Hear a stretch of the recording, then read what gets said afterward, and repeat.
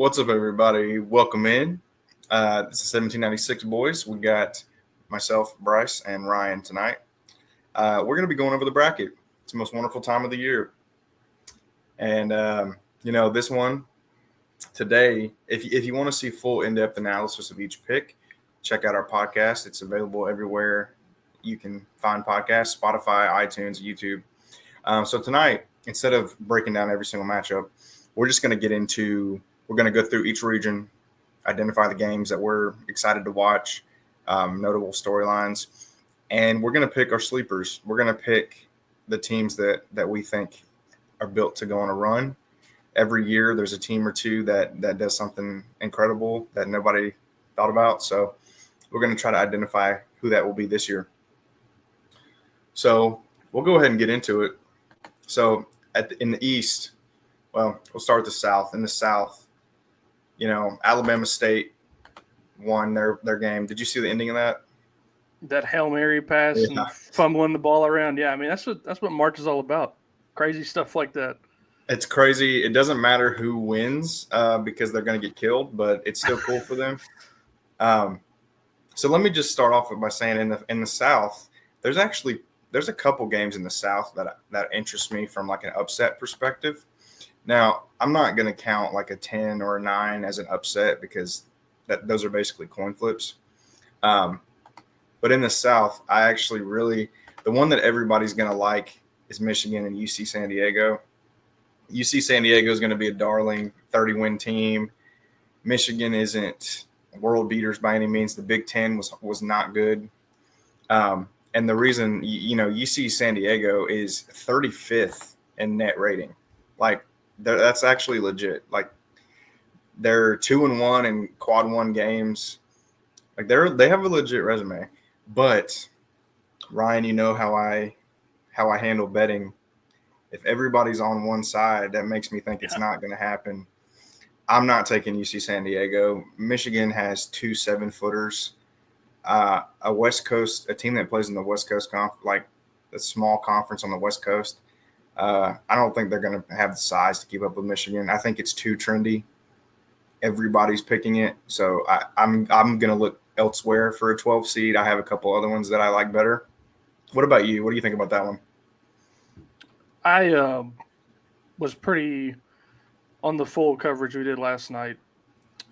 I was pretty high on Michigan because they're two 7-footers with Golden and what's the other dude's name? Golden and Wolf. The other white guy. Yeah. I mean, I think, like you said, I think they have a little bit too much in the size department. Wink, wink. To get beaten by UC San Diego. I think you're right on it. It's too trendy. Yeah, it's too cute. Sometimes the better team just wins. Don't overthink it. Another one that kind of has my eye is Texas A&M and Yale. Now, I've seen some people pick it. The thing is, these Ivy League schools are always trendy picks because, there's like the stereotype. They're like smart basketball IQ, like bunch of nerds. They're a bunch of nerds. But again, I'm going to fade that line of thinking. I don't think Yale has a chance. They pulled off a win last year as a number 13 seed. Are they really going to do it 2 years in a row? Texas A&M isn't going to overlook them. Yeah, that's pretty much exactly what I said last night. I think their magic was spent last year for the foreseeable future, knocking off Auburn in the first round in the same 4 versus 13 matchup. But Texas A&M, I think they're just too tough physically, and they're not going to get punked by a Yale team. So the one that I really like the most in this region is Lipscomb and Iowa State. Now, the reason that I like this, Ryan and I, a couple weeks ago, witnessed firsthand that Lipscomb is incredible from deep. And they're actually fourth. They're fourth in the country in free throw percentage. They hit 80, almost 90% of their free throws. It's absurd. They just don't miss. They're a veteran team. Jacob Ognosovich is a senior, averages 20 points a game. They're an experienced veteran team. It's exactly the team that you look for to pull off an upset in March.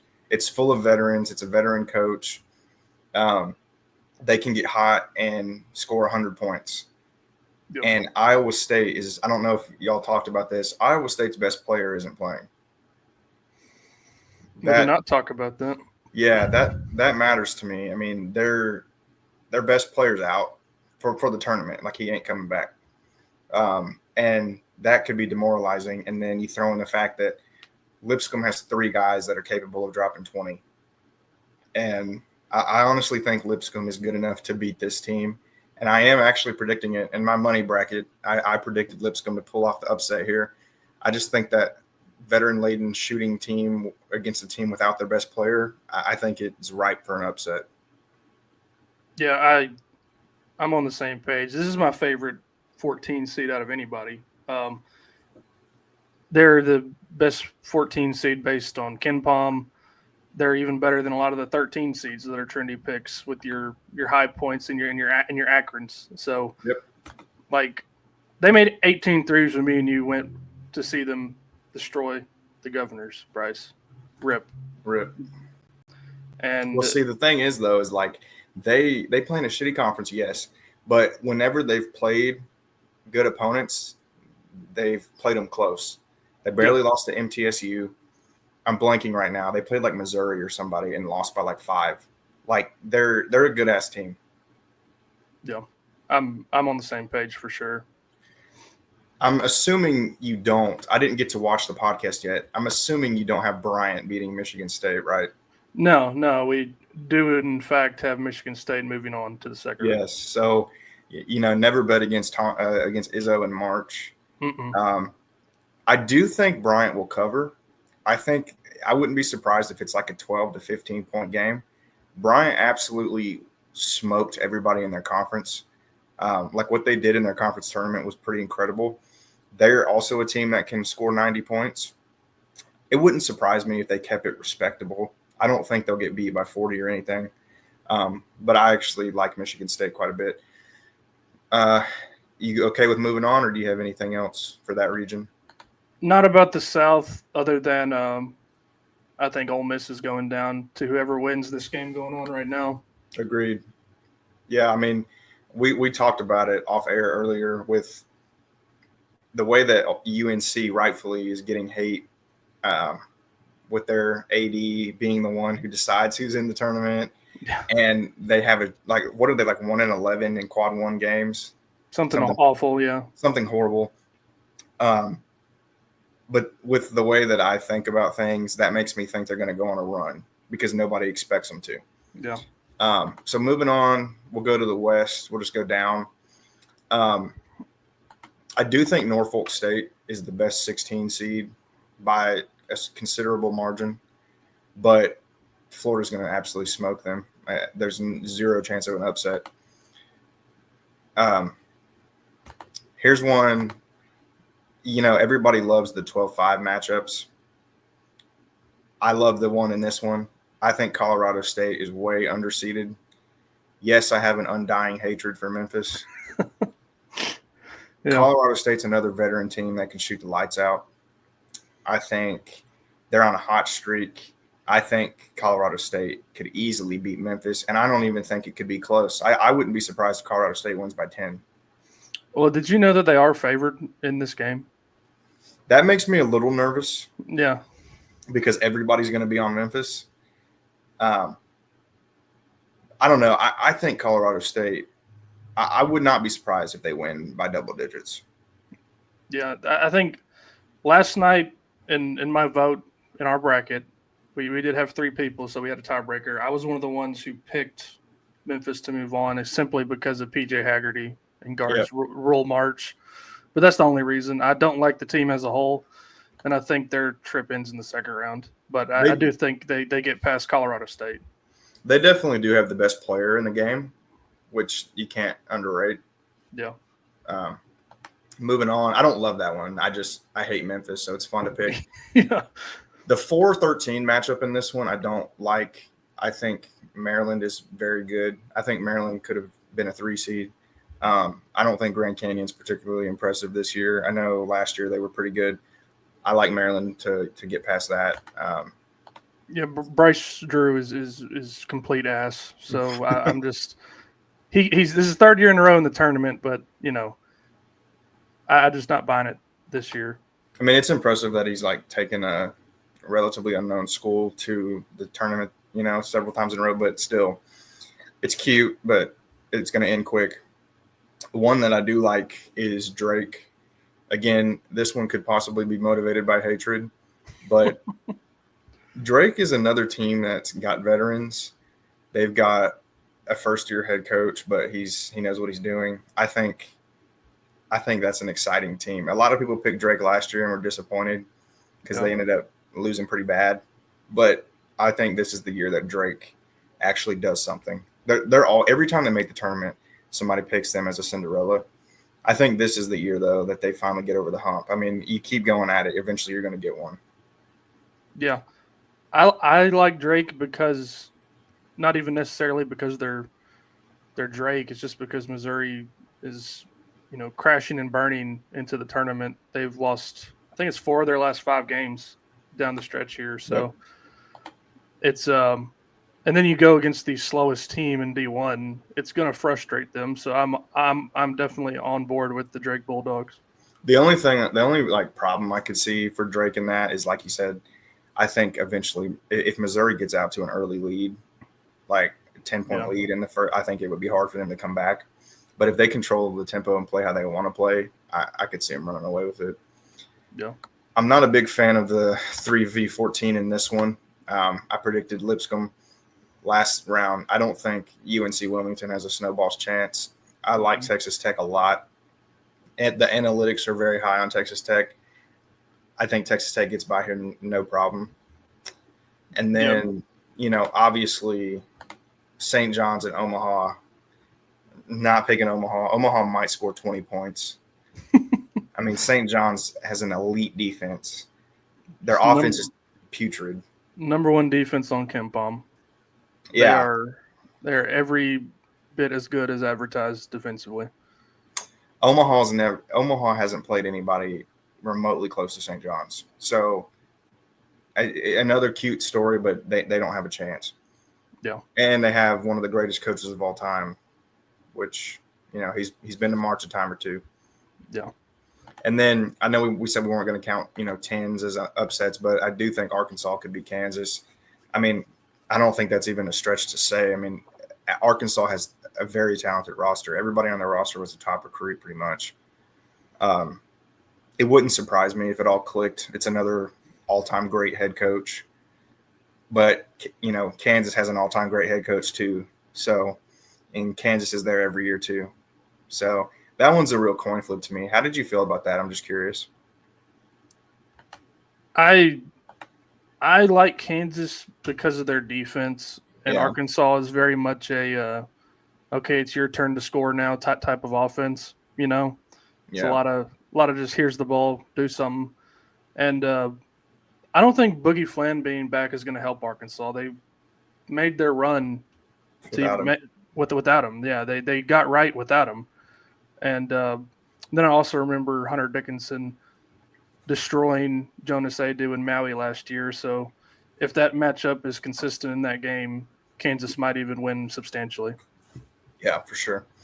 Moving on to the East Coast, we've got the 5v12 in the East is Oregon and Liberty. I'm not super high on Oregon, but I'm not high on Liberty either. I think Oregon, it's another veteran team that's been there before. I think Oregon will do enough, but I do think this will be a close game. Did you pick a 12 in this region? No, I'm on board with Oregon. They kind of crashed and burned in the middle of conference play, but they got right near the end, and I think they're ready to at least beat Liberty. Yeah, like they're going to do enough, I think, to win this. I don't foresee them going far, but then next, this is one of my favorite underdog picks, and it's 13 seed Akron versus 4 seed Arizona.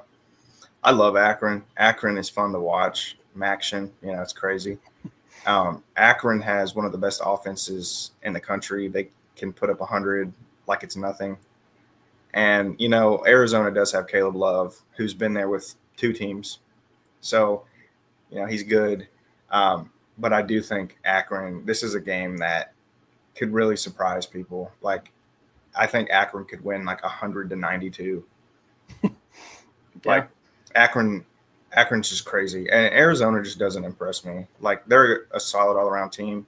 I don't think Arizona has the makings of a deep March run. I'm not crazy about Akron as much as you and other people are. I just don't, the tempo and scoring is all great, but they're not good on defense. And I think Arizona has, again, it's much like the Memphis and Colorado State matchup. They're going to have the best player out there with Caleb Love. And that's what I think will get them past Akron here.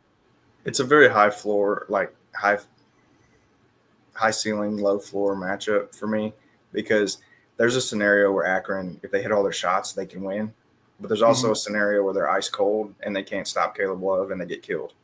Yeah. So, rolling the dice there. 11.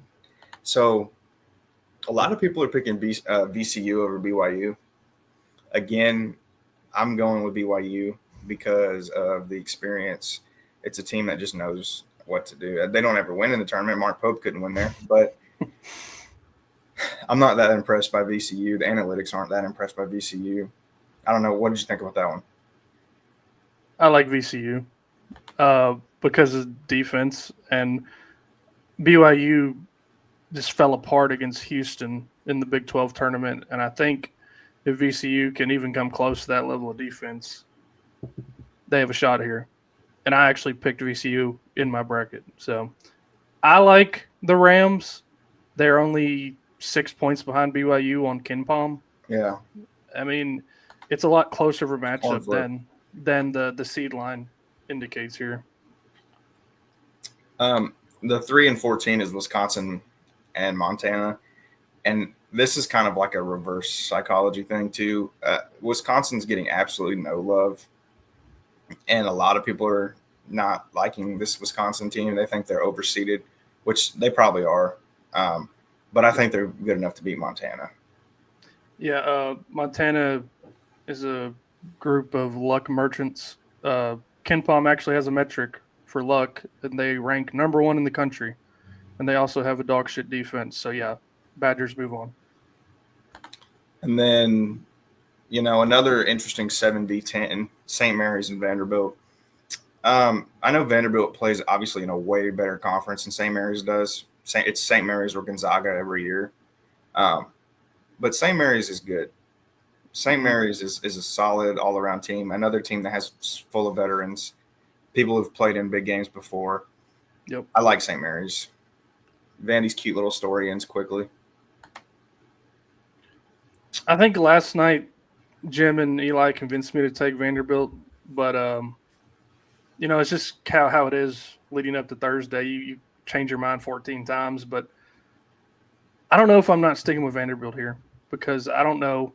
Vanderbilt goes fast, and I don't think St. Mary's sees that a ton, except when they play Gonzaga over there in the West Coast Conference. So I like Vanderbilt to pull out a little bit of an upset here. All right. And I'm assuming you don't have Robert Morris beating Alabama. No, not quite.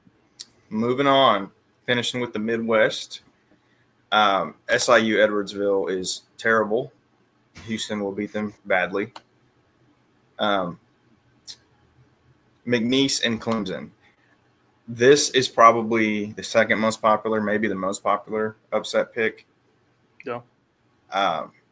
Everybody loves San Diego and McNeese because McNeese has that like dorky little manager guy. I think he seems like a March Madness character though. Like he seems like Sister Jean. Yeah, like Sister Jean and like Doug from St. Peter's and like the crying Northwestern kid. Like he just seems like he fits. Bill Murray.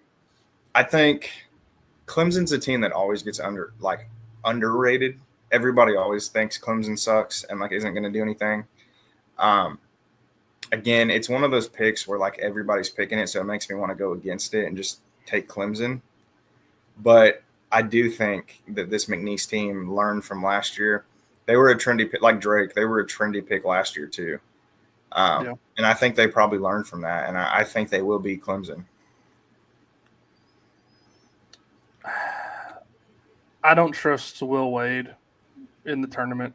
He had a really good team with LSU in 2019 and couldn't do much with it. And I think his heart might be in another place. I think he's going to get another job here soon in the coming weeks. So I'm going to go ahead and roll with Clemson. Okay. Now, High Point Purdue 4-13. So I've wanted to pick High Point a lot, just because Matt Painter's history in March, and just I don't know. It just seems like a fun 13 seed. I don't think it's happening. I think Purdue will at least get past the first round. I don't think they're a title contender. Yeah, I'm very hesitant to even mention High Point. I just don't think they have the defense, because Purdue has just as good of an offense as High Point, if not worlds better. And my best advice would be take the over. As I said that last night too.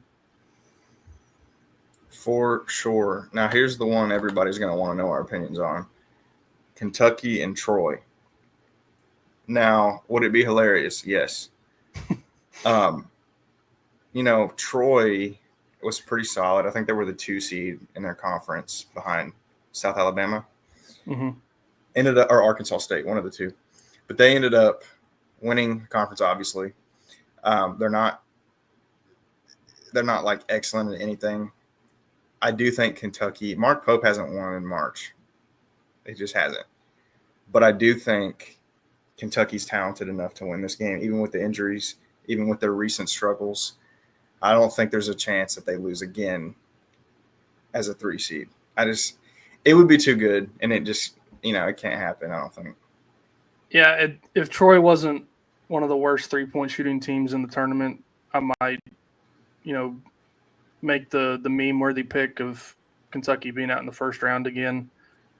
But I just don't see it. Not without a 3-point scorer like Kentucky's ran into in the past on St. Peter's or Jack Golke last year. So I think Kentucky does move on. While we were talking about it, as of recording this, UNC is absolutely bludgeoning San Diego State. Yep. So feeling pretty good about that. And then the last, we'll switch it up since this is the last bracket. We'll talk about the last 2 matchups. UCLA and Utah State. I actually like Utah State to win outright. I think Utah State's a good team. UCLA is a defense team that they like to play slow as well. I think Utah State wins. I kind of hope. Go ahead. Sorry. Mick Cronin also, I like to read into stuff like this. Mick Cronin's a good coach, but a month ago he was complaining about how this was the laziest group of players he's ever had. Yeah. And I don't know if you remember that or not, but he blasted his team in public, and I just don't think that's going to translate well to March. I don't know. I just buy into stuff like that. I mean, it either goes really well or really poorly here, I think UCLA does move on. They don't have according to Ken Palm, they're only 20-ish spots behind Utah State in offense, and they have a much, much better defense. I would assume UCLA has better athletes than Utah State.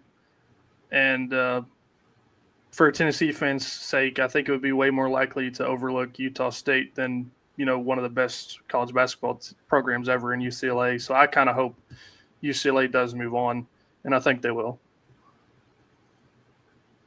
All right. And then obviously Tennessee Wofford. Now,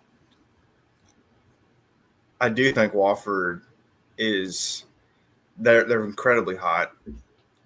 Correct me if I'm wrong. They were the 6th seed in their bracket, in their conference.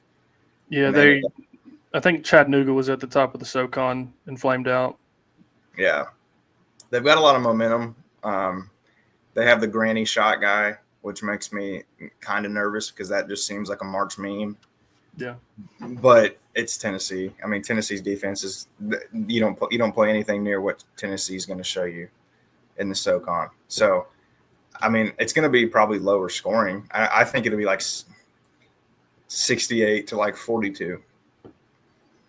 I mean, Wofford doesn't scare me because their offense is they're 67th on KenPom, but they play slow. Like if they had a faster pace, I might be worried about it. But they're 333rd in pace in the country, which is way back there. There's only 364 D1 teams, plus their defense is real bad. They're 231st on KenPom. So yep. I said it last night. It would take a disaster of magnanimous proportions for this game to go the Terriers' way, and I don't think that happens. All right, so that wraps up that. Those are our picks for the lower seeds. So now we'll wrap it up here with if you had to pick a 16 seed to win. So you're factoring in the strength of the 16 seed and the most vulnerable 1 seed. Which 16 seed would you absolutely have to pick if you had to pick? Well, based on what I just saw, Alabama State might have God on their side. Plus, it's a very nearby Auburn. They probably have a lot of players that grew up together playing each other there, down there in Montgomery, and it's the in-state rivalry. We saw tonight with Tennessee baseball losing to ETSU. Like, I think that's the most likely one here. I think it goes to who, like, out of the 4 seeds, 4 number 1 seeds, who do I think is the worst? Which I would say Florida probably. Wow. Yeah, I really do think that. Just because Alabama, I think Alabama's best player is better than Florida's best player. I think Alabama's ceiling is higher. I think at the end of the day, I think there is a scenario, 1 in a trillion, where Florida's ice cold and Norfolk State, I think, is the best 16 seed. SIU has a 0 chance. Whoever plays Duke has 0 chance. I think Norfolk and Alabama State have a 0.00001 chance. So, what about 15s? Have to pick one of the 4 15s. Robert Morris, because Alabama just got killed, and Grant Nelson might not be playing. That's what seems most likely to me if I had to pick one. I agree. I know I just praised Alabama, but I do think Robert Morris probably just because of the match. I mean, I don't think any of the other 2 seeds are. I think all the other 2 seeds are very, very good. Yeah. I like I said, I think Bryant will cover, but I just don't think an Izzo squad is going to lose to a 15 seed. So we'll not again. Not again. MTSU, baby. We'll go to 14. Lipscomb. Yeah, 100%. It's Lipscomb by a mile. I don't even think. I mean, I think Troy would be obviously hilarious. I think UNC Wilmington has 0 chance. And I don't think Montana has a great chance either. I actually think Lipscomb, I actually feel like kind of good about it. So it probably won't happen, but that's what I'm going with. 13s, I think you know my answer here. Akron, yeah. Yeah. If I had to pick one, I would probably roll with you on Akron, because I think, like you said, Arizona has a 10 seed. They did it a couple years ago against Princeton as a 2 seed. It has happened to them before. So I would have to roll with Akron there. Yeah, I just like you said, we talked about High Point just now. They nothing they do impresses you. Grand Canyon, same thing, and then Yale. Like we said with Yale, I just don't see it happening 2 years in a row. Oh. So you have to pick a seed less than 10 that goes to the Sweet 16. Who are you going with? You mean higher than 10? Yeah, my bad. Okay. I'm going to say, depending on how the game goes tomorrow, if Texas moves on, I really like their chances because of Trey Johnson. That's my simple answer. Trey Johnson, Texas. So, not to sound like this could end up aging so bad. But I actually do think it's Akron just because look at who Yeah. they play. Look at who they would play next. If they win, I think I'd go so far as to say this. If Akron does beat Arizona, I think they're a lock for the Sweet 16 because Oregon is not impressive. Oregon very well could lose to Liberty. And then you're looking at a 13 versus 12. So I don't think the road to a Sweet 16 is all that hard for Akron. It would end very swiftly once they got there, but Yeah.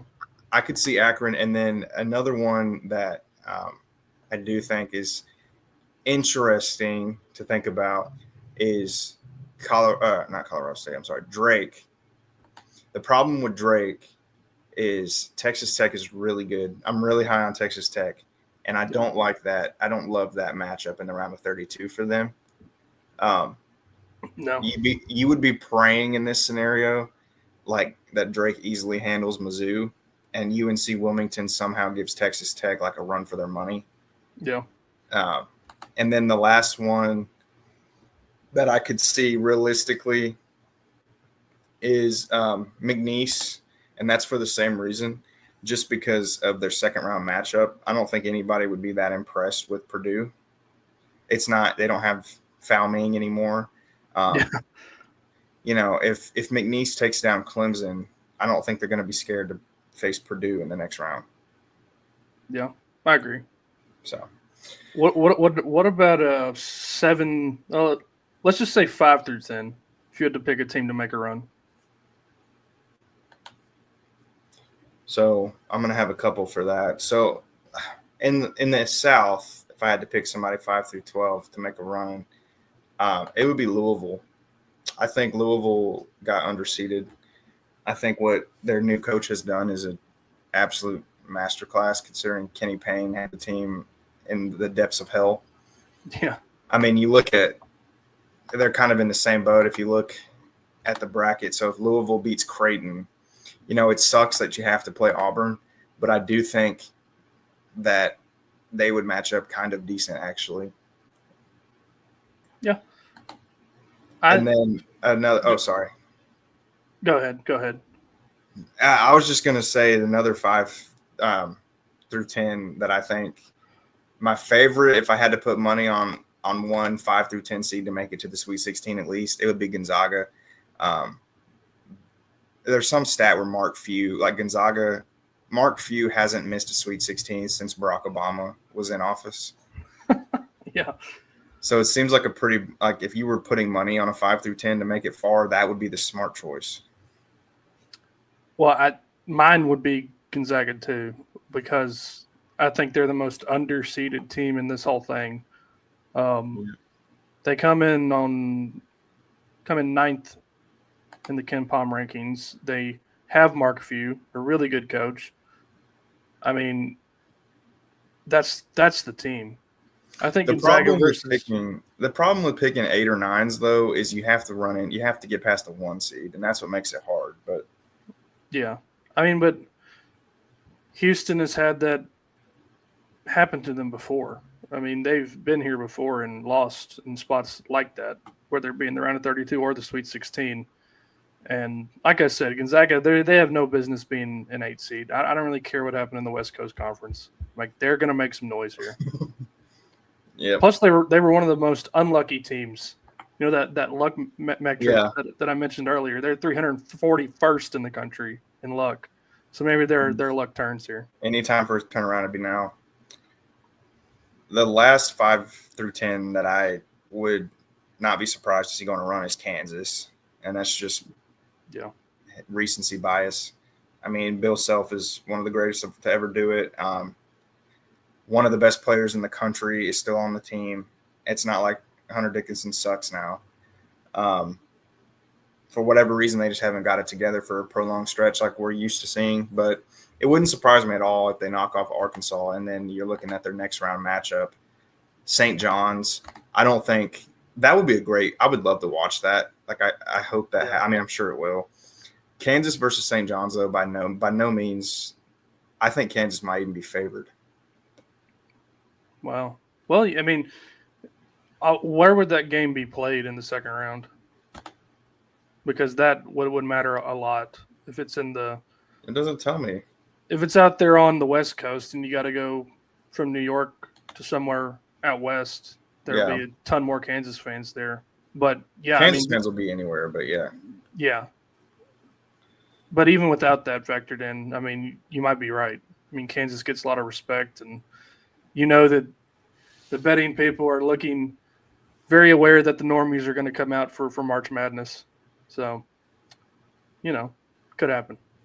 I don't know. Like St. John's just seems like it's a great story, and I hope they go on a run. But it wouldn't surprise me if it's their first time being in the tournament in like 20 years. It wouldn't surprise me if it's a quick one. Yeah. Anything else you want to hit on? What's your Final Four? So on my money bracket. So here's the thing. You don't want to put too many 1 seeds because not every 1 seed's going to win. Yeah. I like to have like 2 1 seeds and then like a 2 and then like a 4. So I honestly think we have – hold on. Give me just a second. I want to show you exactly what I actually have. So give me just a sec. Go do yours real quick. Well, mine, the first bracket I filled out is what I feel the best about. In my Final Four there was Duke versus Tennessee, and then Michigan versus UConn. UConn is one of the teams that through the 5 through 10s that I really like. And I know they're going to have to get through Florida to do that, but I believe in them for some reason. I just think, they have it in them. And as far as Michigan goes, I really believe in the Twin Towers and Golden and Wolf. So that's my Final Four. Say that again. Just repeat your Final Four. Michigan versus UConn, Duke versus Tennessee. Gotcha. Yeah. So you have 5-8-1-1-2. Yeah. I love that. I love the parody there. I love that. I hope that happens. So I have Michigan State, Florida, and then I have Gonzaga and Duke. That's not bad either. It's what 1-2-1-8. No. Yeah. So Michigan State's a 2, Florida's a 1, Duke's a 1, and then Gonzaga's a 8. So 2 1s, a 2, and an 8. We both have an 8 seed in the Final Four. That's I just think good. I think it would be crazy if this is the year that Gonzaga does it. Like when they're not they've been 1 seed multiple times. They've been the number 1 team multiple times, and then this is the year that everything goes right. I think it could happen. I mean, they almost pulled off the 40-0 too, and then Baylor ripped their hearts out. So, number 1 team that you were going. We'll end it with this: the team that you think will be the most disappointing. Auburn. I think they lose. I think they lose in the round of 32, and if they get past Louisville or Creighton, I think they lose to Michigan. Yeah, obviously, if you have Michigan there, yeah, I think.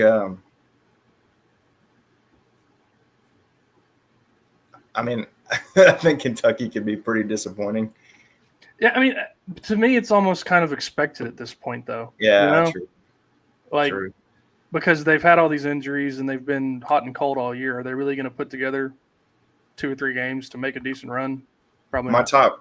My top 4 seed top 1 through 4 seed that I think will flop the hardest is Iowa State, but just because of the injuries, do you really think they're going to win? Do you really think they're going to make a Final Four run without their best player? I don't. I mean, well, if you have Gonzaga in your Final Four, Houston would be in that mix too, right? Yeah, I don't think Houston's going to the Final Four. I don't have Houston going to the Final Four just because I think they're too one-dimensional. They're always elite on defense, but I don't think they'll be a first round or second round exit. It's kind of what I was going for. Yeah. It's just tough. I think just ending it here. This is the last thing I'll say. Looking at these matchups, I'm kind of glad Tennessee's a 2 seed because these 8-9 games, for sure. they're some of the most brutal draws that I've ever seen. Yeah, I mean, would you can't tell me you would be 100% confident if you had to play Gonzaga or Louisville? Hell no. I mean, even Creighton and Mississippi State or Baylor, UConn or Oklahoma, yeah, it's horrible. Yeah, they're all bad. I'm kind of glad Tennessee lost to Florida and put that to bed. I mean, of course, I would have wanted a trophy, but looking at it now, I think that's why we feel comfortable. Like we both felt comfortable leaving multiple number 1 seeds out of the Final Four because it's just a tough draw this year. Yeah, and they're chock full of blue bloods too. Gonzaga, UConn, Louisville, teams that have been there before. Yeah, so that's all I got tonight, man. Unless you got anything else. Go Vols, baby. Go Vols.